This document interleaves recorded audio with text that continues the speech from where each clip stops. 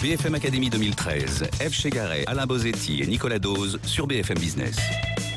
Retour dans la BFM Academy. Alors je vais vous emmener dans un univers absolument incroyable que je connaissais peu, que je connais encore très peu, mais que nous allons connaître beaucoup mieux. L'univers du trading des terres polluées.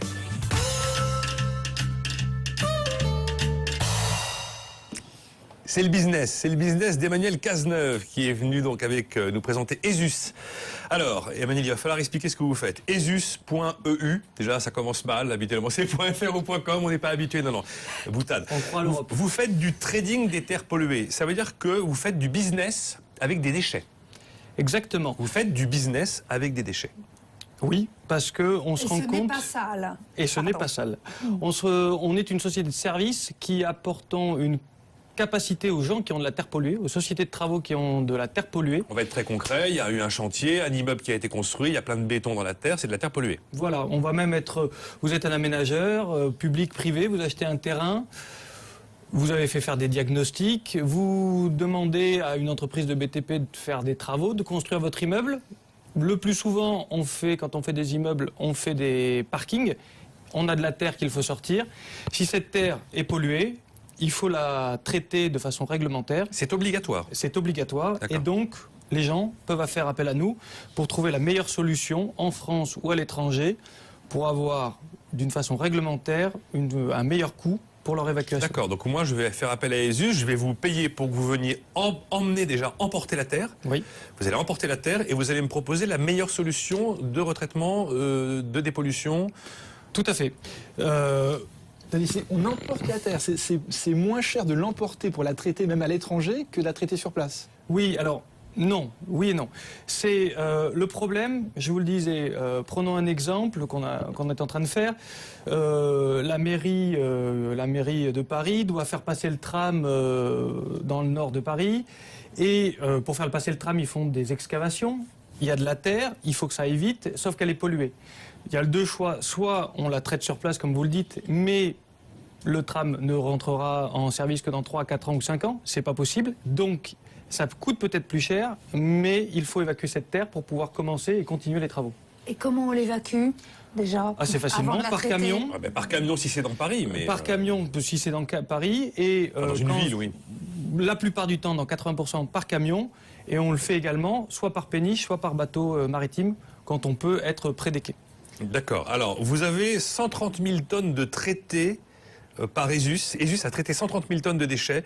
En un an, 50% étaient des terres polluées, 21% des terres inertes, 12% du béton pollué. Oui. Le béton est aussi pollué, il faut retraiter le béton. Effectivement, de la même façon, quand vous prenez un garage et que pendant 20 ans, un garagiste donc a fait les vidanges de vos voitures, il y a de l'huile qui a coulé, souvent sur la dalle béton, pour pas dire en dessous de la dalle béton, donc le béton est impacté également. Bon, il y a des déchets liquides, du goudron, du bitume, de la boue, des traverses de chemin de fer, de l'amiante, des PCB. Donc, qu'on ait bien compris, vous vous occupez d'organiser le transport, et vous vous occupez de trouver le prestataire qui va, alors par différentes techniques, l'enfouissement, l'incinération, des quantités de choses. Voilà. Alors, quand on s'est créé en octobre 2008, on s'est rendu compte que nos clients, les sociétés de travaux, avaient trois manques. Ils avaient un manque de temps, un manque de connaissances techniques et un manque de connaissances d'achat. Et donc on a essayé de répondre à ces trois choses.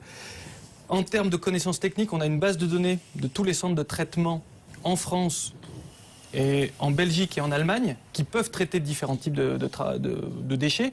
Donc aujourd'hui, on a juste à rentrer les résultats d'analyse l'on nous donne, la ville, et on peut savoir exactement où on peut aller comme site de traitement. Après, on a mis la qualité très fortement au cœur, l'ADN de notre société. On a 95% de nos clients qui reviennent. Et on a une réactivité que nos sociétés de travaux demandent, parce qu'ils sont toujours en urgence. Et ce qu'on leur dit, c'est que grâce à nous, ils passent un coup de fil à ESUS. On passe nous-mêmes 10 coups de fil aux fournisseurs pour pouvoir améliorer et trouver la meilleure solution de traitement. Ève Chegaray. Emmanuel, qui faisait ça avant que vous arriviez sur ce marché? Personne. On est novateur et l'inventeur, entre guillemets, du concept de trader de terre polluée. Avant, ce qui se passait, c'était que les sociétés de travaux devaient aller en direct des sociétés de traitement qui pouvaient traiter leurs terres. Sauf qu'ils devaient également s'occuper de la logistique, parce que les sociétés de traitement sont des sociétés, des grandes sociétés, mais des sociétés très techniques et qui sont peu portées sur le service. Et donc, il y avait un manque de lien entre ces sociétés de travaux qui devaient aller vite et qui avaient besoin de services et les sociétés de traitement technique. Et c'est là que vous vous nichez. Et c'est là qu'on se niche. Bon. Avant, les terres étaient traitées, Alain mais c'était Bosetti. plus compliqué pour ceux qui avaient à le faire, enfin pour les entrepreneurs. Exactement. Voilà. Ça fait une quinzaine d'années que 15-20 ans que la dépollution est réglementée et donc réalisée. Ça prend de l'ampleur chaque année, comme ça va être dans les 20 prochaines années une croissance exponentielle, parce qu'on imagine que c'est à peu près aux alentours de 800 millions d'euros. C'est quand même pas un très très gros marché. Et en 2020, on prévoit en France 2,6 milliards d'euros de marché de dépollution. Et quelle part de marché pour vous de ce marché-là? Alors aujourd'hui, on représente à peine 1 ou 2% du marché de la dépollution 2% en France. de 800 millions? Non, alors 2% des terres excavées, parce que dans la dépollution, il y a également, comme on le disait, les études en amont, les traitements in situ, les traitements sur place. Nous, on est sur la toute petite partie des terres que l'on sort et qu'on doit mettre en centre de traitement. Et juste en aval, les terres sont dépolluées ou où elles sont enfouies? Parce qu'une terre polluée qu'on enfouit, on reporte le problème à plus tard ou à ailleurs. Alors, ça va dépendre de la pollution. Un exemple, si c'est pollué aux métaux, il y a peu de traitement et donc on va enfouir ces terres dans des centres d'enfouissement qu'on appelle communément décharge. Et après, si c'est des pollutions, par exemple aux hydrocarbures, provenant souvent d'une station-service ou d'une fuite de cuve, on peut faire un traitement biologique et donc les bactéries vont, vont manger ou dégrader les hydrocarbures et on pourra donc dépolluer ces terres. Vous êtes quand même au plus près des questions environnementales. Enfin, on a vu dans votre dossier que d'ailleurs, c'était votre formation. Vous êtes vraiment très, très spécialisé. Comment ça se passe? Parce que là, vous nous le présentez aimablement. Ça a l'air hyper rationnel. Ben voilà, il y avait un créneau. Je suis entre telle brique et telle brique. Mais est-ce que vous voyez faire des choses qui sont vraiment pas recommandables? Est-ce que vous êtes proche de ces questions quelquefois un peu sulfureuses? C'est vrai que quand je vous ai dit qu'il y a 15 ans, la dépollution se créait, réglementairement elle apparaissait, c'est vrai que ça ne s'est pas fait du jour au lendemain, tout n'est pas passé de 0 à 100% de terre stockée là où elle devrait.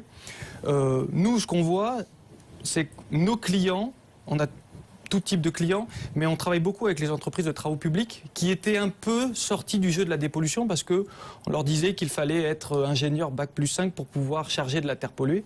Et donc, nous, on leur apporte cette connaissance en disant on peut vous apporter cette connaissance, vous savez faire un trou, vous savez charger un camion, et nous, on sait où aller et où amener les terres. Et donc, on apprend également à ces sociétés-là qu'elles ont un intérêt à dire au maître d'ouvrage qu'il y a de la terre polluée et non pas d'aller la mettre de la cacher, et parce que ça a une valeur également ajoutée pour eux, parce qu'ils peuvent répondre à des marchés de dépollution. Donc vous êtes doublement propre. On est doublement propre. Donc vos clients, ce sont principalement les entreprises de travaux publics, également les entreprises de travaux de dépollution, les bureaux d'études techniques. Oui. Donc c'est l'entreprise de travaux publics qui vous paye. Oui. Et comment vous faites ça? Vous êtes 6 personnes. Comment est-ce qu'on... Enfin, ça paraît incommensurable. Mais il a laissé son camion en bas de BFM et ça appelle. On a donc son frère, donc Pierre, et ils sont 6 aujourd'hui chez ESUS, dont moi, mais c'est assez simple parce qu'on n'a pas de camion. Et on n'a pas de centre de traitement, on ne fait pas de travaux. Vous êtes un intermédiaire. On est intermédiaire, on ne va pas sur les terrains. En ce moment, au jour d'aujourd'hui, on a un chantier à Marseille, un chantier à Paris et un chantier à Bordeaux. À 6, on ne peut clairement pas avoir 3 chantiers, avoir 3 personnes sur ces sites-là. Non, on a 2 personnes qui s'occupent du commerce, qui vont aller chercher les clients, qui vont chiffrer. Et on a 2 personnes qui vont faire tout ce qui est logistique et administratif, parce qu'il y a beaucoup d'administratifs, parce que c'est très réglementé. Et moi-même qui développe la société. Alain Bosetti. Votre modèle économique, en fait, vous êtes donc vous êtes payé par les entrepreneurs de travaux et également comme apporteur d'affaires de ceux qui traitent en aval? Non. On s'est toujours refusé d'être payé par 2 personnes, enfin par 2 types de sociétés. Et donc notre business model, c'est d'être payé par les entreprises de travaux et non pas par les sociétés de traitement. Et combien ça coûte alors? Combien ça leur coûte? Chez Garret. Ça coûte, alors en fonction de la pollution, c'est aux alentours de 100 € la tonne transport-traitement. À partir du moment où vous évacuez la terre, c'est à peu près 100 € pour une tonne. C'est finalement pas cher pour eux. Enfin, je sais pas si je peux simplifier à ce point-là, mais... C'est à Boulogne et Renault qui a été là pendant 50 ans. Imaginez que vous enlevez 10 000 tonnes, vous faites le calcul, ça fait 1 million Mais oui, d'euros. mais au regard d'autres méthodes pas très efficaces. Ah non, oui, à d'autres méthodes d'autres efficaces, c'est un peu plus cher. En tout cas, visiblement, ça cartonne parce que 2,2 millions d'euros de chiffre d'affaires en septembre 2011, 5 millions d'euros en septembre 2012, 12 millions d'euros en 2015, si tout va bien, il y a des profits. Oui. Tout le monde est payé. Tout le monde est payé depuis la première année. C'est pas le cas de tout le monde. Hein. Voilà, on va marquer une nouvelle pause dans la BFM Academy, se retrouver dans un instant avec les mouches du coach. Donc on sait un peu qui ils sont, on va aller travailler un petit peu au corps hein, pour aller un peu plus loin. Vous connaissez le principe de l'émission. Cette semaine, ça se joue entre Laurent Delcan avec Copro Presta face à Emmanuel Cazeneuve avec Jesus. À tout de suite.